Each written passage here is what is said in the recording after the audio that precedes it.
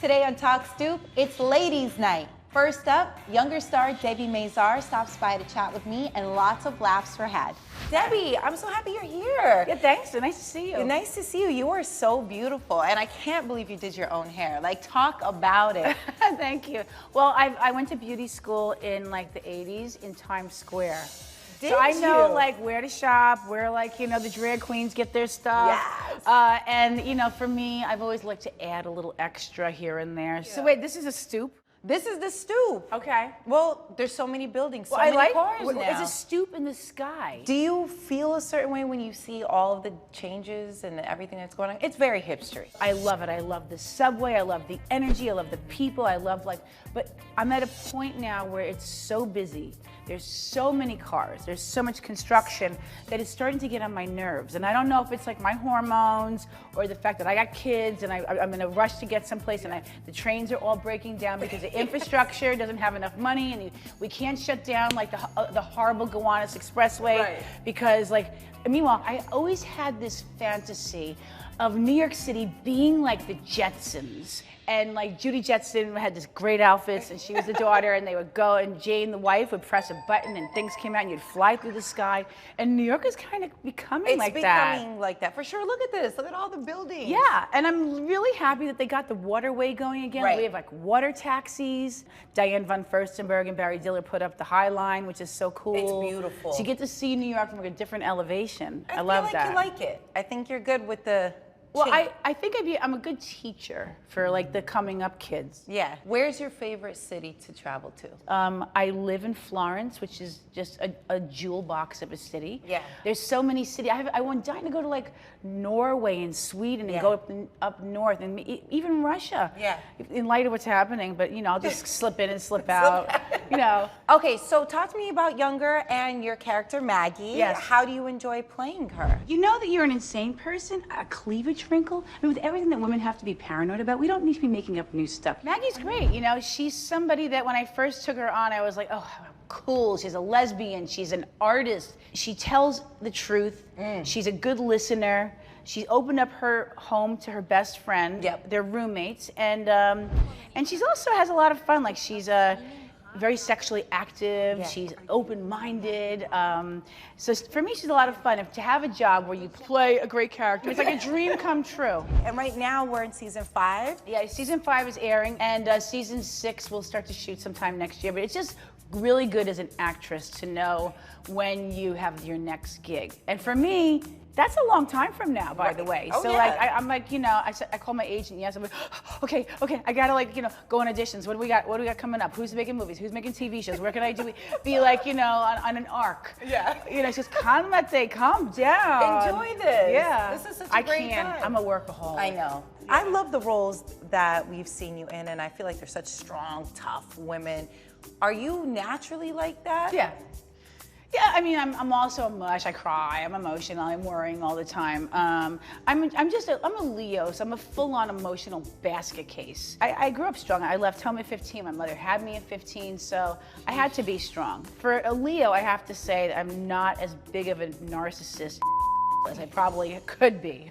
Thank God. Right? I know. I like that. There's enough of those in the world.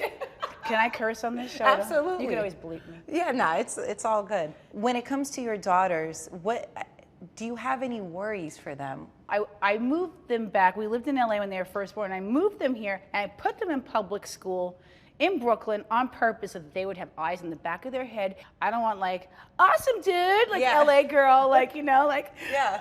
I wanted something else for them, and I'm glad because I think that they'll be responsible, fierce women and strong. Absolutely. You can raise your children anywhere and have them be fierce and strong, but I couldn't live in LA anymore. Right. I'd be on the 101 or the 405 or whatever highway I was on. You would see these young, 19-year-old guys with too much cologne, looking all fabulous, driving with the spoiler in the back, and they're going too fast, cutting in and out of traffic, and you're like, oh, I don't want my daughter in that car. Debi, I could talk to you all day. All day. I really, really enjoy your energy. We have to wrap it up? No, they're giving me the sign like, you gotta get out of here. Oh. I really hope I can meet you in Italy because I feel. Please come. I went there one time recently and I fell in love. Do you know that my stoop, it's not really my stoop, it's on my property. I have this staircase. It goes into the woods and it's where the chariots would come down. No. Yes. Like, I was saying chariots, but like, you know, the wagon and the horses, For sure. and it's super glamorous. And I sit on the steps and I just pretend that I'm like a noble or some kind of Italian, like, aristocracy. And just enjoy it, like, yes. My steps.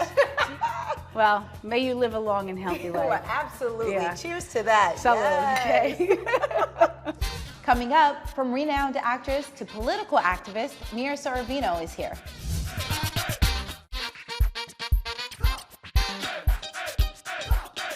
Mira Sorvino and I had such an intimate and candid conversation where we talked about a lot of different topics, including everything that's happening in Hollywood right now, and she shares her own personal story.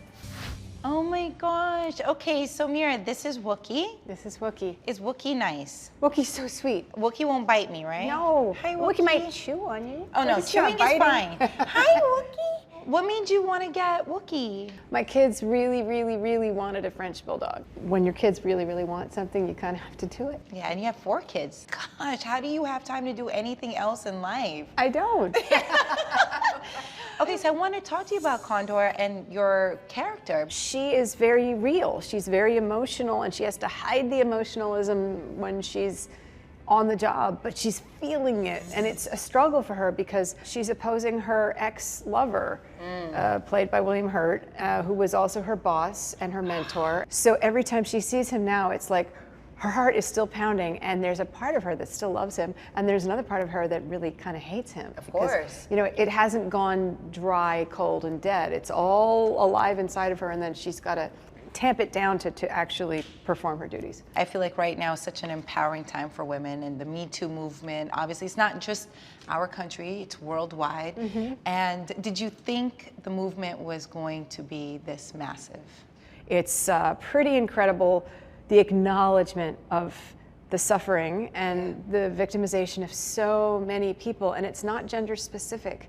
There are so many people from all walks of life, all ages, all genders, non-binary people, like everyone is affected by sexual violence, sexual misconduct, sexual assault, sexual harassment. And so we need to find a solution that will help everyone. That's why I'm so happy to see this, and you speaking out through your experiences and what you dealt with Harvey Weinstein. Why do so many victims stay silent? It's so personal. When you are assaulted or harassed or raped or molested as a child, it is such an ugly experience and such a private, painful one. It is not your first inclination to be like, I want to share this with everyone. Like, a natural response is to wish it never happened, to be so embarrassed by it, to feel so in pain about it that it's not easy to talk about. So when people judge the victims for not coming out immediately and being like, hey, I was just raped, you know, it's the ugliest thing that ever happens to a person to be raped, you know? I mean, so it's not easy, and it's personal, and people had better start thinking in a victim-centric way. You know, thinking about the needs of these people and how to heal them, and not judging them for the timeline of when they disclose, if they ever do. Some people will keep this to their grave. When you try to move on with your life, how hard was that for you to put it behind you and not to, I guess, think about it or dwell on it? Because I can't imagine. Perhaps because I was not raped. I got away without him raping me. I kind of just tried to put it in my rearview mirror. You know what I mean? Like after talking to people and nothing happening, I was like, okay, well, I'm just gonna put on my big girl boots and try and, not realizing that, no, I deserve to be able to deal with this, but I didn't. But I can tell you that I was nervous every time I was in his presence. Anytime I would see him or even hear his name, I would get, you'd run into him at high-powered events, and you had to act like nothing had ever happened. I mean, the night before the Oscars, I found myself, I was in the hotel gym, working out on a treadmill, and who should appear next to me but him? Oh my gosh. And he was working out, and I was like, okay, And then I just finished and left. You know, but like that kind of thing of like, in your chest, it's like you're getting hot. It's very uncomfortable. So I don't want to be like, oh, I'm so unique, because I am not. Right. And you know, the fact that I wasn't allowed to have as big a career in Hollywood as I could have, well, you know what? I still had a career. I've been working. Yes. I am thinking more about the people that are living on like a razor thin line of survival. Yes. And women, farm workers who are in the field, right, who are being sexually harassed by their foreman. And if they say no, literally they might starve. Their kids might starve. Absolutely. You know, people whose entire lives are derailed permanently by their decision or their wish not to have to be sexually involved with someone who is wielding dominance, power over them. You know, so that's what the real story is. Right. The real story is not my story. This is every person's story. It's an exciting moment, and the fact of the honesty of everyone, the courage of all these survivors that I'm so impressed with. That people around the world are saying, you know, this thing happened to me when I was a kid. My teacher, my stepfather, my minister, my rabbi, like this happened to me. And now I'm going to admit it. It's like a time for healing. It's been such a privilege to be here talking with you, and I love you. I love your courage. I love Wookie. I'm just so happy that you had some time to stop by. I know you're busy out here, but anytime you're out in New York, feel free to come and talk with us on the Stoop. Thank you. Of course. Thank you so much, Mira. Up next, actress, director, model, and author Judy Greer. Accommodations for Talk Stoop are furnished by 135 West 52nd. These exclusive private condominiums feature 1 to 4 bedroom residences, duplexes, and triplex penthouses. Luxurious finishes and amenities await in this 12,000 square foot private lounge, ideal for relaxing and entertaining alike. Recharge in the 75-foot long custom mosaic tiled pool. This is elevated living at its finest. Available for immediate occupancy. To learn more, visit 135west52nd.com. Judy Greer proves that she's not slowing down anytime soon, and she dishes on how she got her dream cast together for her directorial debut. I love that. We were just talking about how Judy Greer walks all over New York all the time when you're out here. 7.5 miles? Yeah, that was yesterday, yeah. That's light work. I know. I'd never been on the High Line before. Isn't it beautiful? It's really pretty. Okay, let's talk about your directorial debut. Let's do it. Okay, so the name is Long, a happening of monumental proportions. I have to go to my daughter's career day. I would not mention getting fired. My dad says you should only do what you love. What does your dad do? He's an accountant. And a liar. Okay, so talk to me. How did it feel? Because I've been in so many movies, everyone kept saying like, oh, you'll be fine, you'll be fine. You know, you've been on so many sets. But it is totally different being on a set as an actor than as a director, because as an actor you can kind of wander off, and as a director you cannot wander anywhere. You have to be there and answer questions constantly, which I ended up really loving. I mean, my cast is ridiculous. The crew was amazing. I know people like have been talking to me about my cast, like how did you even get all these people? Keanu Reeves, Common, Jennifer Garner, Katie Holmes. Yes, Allison Janney, Bradley Whitford, Rob Riggle. I mean, it goes like I couldn't even believe. I just kept asking people, and then people kept saying yes. And then when one person would say yes, it would make like the next person say yes, because that person, you know what I mean? And then you're like starting to think like, well, why not just ask Keanu Reeves, because everyone else is saying yes. Right. And then he's like, yeah, sure. And you're like, what's even happening? But no, I was really lucky that with the cast I had, I didn't have to do a lot of directing. How is it with Jim Carrey? I know. Yeah, he's great. He is so fun. I really was extremely starstruck and really nervous to work with him. I have to admit, I mean, I had high expectations, but he's surpassed. Really? Yeah. I was going to ask, because a lot of times I'm always concerned if I want to meet idols or people that I look up to. Some you don't. Ooh, I know. Like, I was a huge fan of the original Law and Order. Right. Like, the biggest, still am. My manager was always like, I could get you, like, you can guest star on it. And I was like, no, I need it to be pure. I don't want to have anything bad happen to me on that set. I don't want to meet those people. Yeah, I just, like, it needs to be for me what it is. Right. And I totally get that with actors. And then, but yes, I'm so happy Jim Carrey is amazing. Is there anyone that you really want to work with that you haven't had a chance to? Yeah, there's like 100 people that I haven't had a chance to. And so then when Halloween came up, You have no security system, Karen. Mom, you need help. And it was just too good to be true. And then to have Jamie Lee Curtis star in it, I was like, holy buckets, like this is too, like she's so happy, she has so much energy, she's so driven, she's so committed to the process and the project that I just felt like I am like a lazy bag of bones. Like this woman wakes up and she is going. Like she's just the best mom and friend ever. Like she's such a caregiver. She's takes care of everyone around her. That is so cute. I can't even deal right now. I wanted to talk to you about you and your husband not moving in with each other until 7 years into marriage. Well, we didn't, yes. Yes and no. Yes and no. We spent our nights together somewhere, but we maintained our separate houses until about 2 weeks ago. Yeah, we... How do you like it? Well, I moved my stuff in, so we did some construction on my house, then we moved all of our stuff in, and then I left. So I think it's gonna be great. Right. But if you are familiar with Los Angeles and the amazing traffic that comes with living in that city, it just didn't really make sense to like maybe always have one house until now. It's gonna be really great. I'm really excited about like after 7 years of marriage, just having one house. That is so awesome though. I love that. It's just... Maybe I'll learn to cook. I don't know. I don't know what's gonna happen. Now, I heard that you actually studied a little bit in meditation. Oh yeah, transcendental meditation, yeah. What made you want to get into it?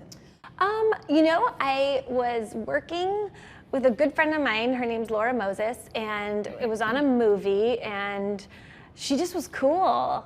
I don't know, I liked her energy, I liked her vibe, and then I was like, God, what makes her like special and different? I don't know, she was really special. And so I asked her one day what she was doing on her day off, and she was like, I had the best day off, I meditated, I took a nap, and I was like, wait, I want to learn to meditate. What do you do? How do you meditate? Will you teach me? And then she was the one that introduced me to the David Lynch Foundation, and that's how I learned. Okay, so how long should my baby step to meditation look like?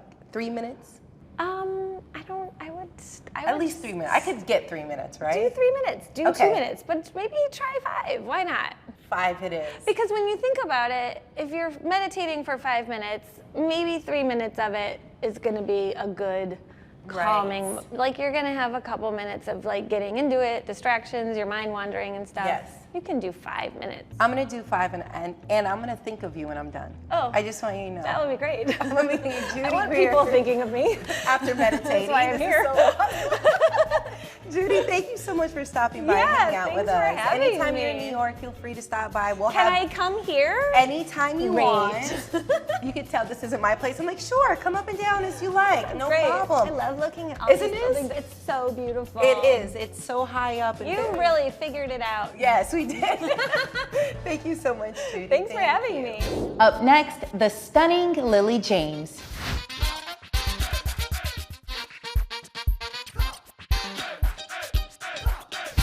Actress Lily James was honestly the sweetest. We talked about what it was like starring in Mamma Mia and how her dreams came true when she got to work with her idol, Meryl Streep.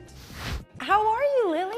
I'm great. How are you? Taking it all in. Yeah, this lovely setting we've got here. It's very nice. So I wanted to read off a quote to you. Okay. And I want to know your thoughts on it, okay? Good. Let's go. I had no idea Lily James had the singing chops. Some people sing from the bottom of their feet right up. I don't know how, but I suddenly lose control. She shakes the rafters. She's amazing. She's perfect. Do you know who said that? Yeah. The goddess, Meryl Streep. Better than God. Right? Mamma mia, here I go again. My, how can I resist ya? I mean, how did that make you feel when you heard that? Oh my God. I just feel so, I mean, it means the world. I couldn't believe it. I think it's really generous of her. I think she's a really cool, supportive woman. You know, it's just mad, someone that you've idolized your whole life and watched your whole life, and to sort of even be in the same vicinity as her, and let alone for her to have an opinion on something you've done, and to be in a movie but play a younger version of her character. It's all just too much. Was this the first time you met her, or did you guys know each other from before? No, so we'd never met before, yeah, but and then I met her when we were filming, and it was kind of a build-up to this moment, and I started crying, and I was just in a complete state. Yeah. I mean, I managed to hold it together when she came up to me, but it was like, just, yeah, it was great. And I heard you were a fan of the first Mamma Mia.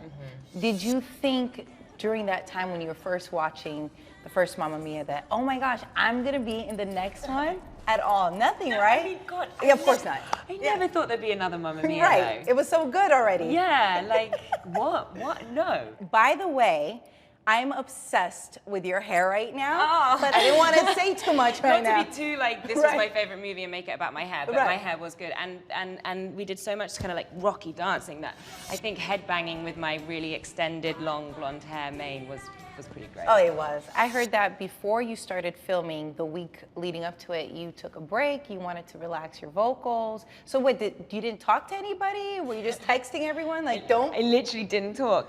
Really? I actually came to New York because my boyfriend was filming here. Yeah. And I just came and I just didn't talk. I hung out in the Bowery. I just was like silent. Actually, there was even a funny thing with ordering room service. Like I genuinely didn't talk. It was... Wow, at all? No, I think or maybe I did wrong. I can't remember exactly what happened. But yeah, I just sort of sat and I just was so scared of losing my voice. Yeah, you know, especially when you have to sing and you have to perform, and you also want to show out. You know, you want to be able to perform at your best level. So I heard that the cast is very much a very family vibe. Did you feel that right when you came onto set, where you're just like, this is nice, this is what I expected? Yeah, I didn't expect it to be that good. I didn't expect... it feels like you're talking sort of, it's like the obvious things that actors say, and it feels a bit corny, but it was unreal. Everyone had the time of their lives. The premiere in London was huge. They rolled out this big blue carpet, and there was like those beautiful pink flowers that you always see in the Mediterranean, and it was just, it was magic, and it was so sunny, and I had all my family and some of my best friends, and it really felt like a big party, and everyone got up and dancing, and then they popped off confetti in the cinema, and yeah, it's a nice surprise. I think we could talk about it. But Cher, that's the moment. There was something in the air that night. The stars were bright. Fernando. What did you do? Was she levitating when she came in? Like, what was that like? It's true. In my mind, she's always levitating. Yeah. She was really like cool, and like it was Cher, and she was there, and it was when she did her big number. Everyone came to set that day, like the caterer, the accountant, people's mums. Yeah, everyone showed up, and I think actually Meryl came and she was sort of hiding behind a piece of set, and then came out. She kind of was there to like, because they're pals. Yeah. They like, so she was there to like support her a bit, and it was. Oh, that's beautiful. You know, just hearing that, I wish I could have seen that kind of support, because I do think it's important that women support each other. Yeah. And when you see such a strong friendship like that, it brings that energy, and you see it. Yeah. And this is going to be good. I love that she plays Meryl's mother. I know, and she, like there's. But of course, what else would Come it on, be? it's Mamma Mia. Like it's got it. Yeah, it just works. And like she's my grandmom. Like, well, Amanda's my daughter. Everything's a bit. Thank you so much. Thanks for having me. Of course. It's lovely. I hope you had as much fun as I did hanging out with our fabulous ladies. If you want to see any of these interviews again, it's easy. It's up on our YouTube. You could always go to Facebook, Instagram, and Twitter. Just search Talk Stoop. All right? We had a good time, and I'll catch you next week.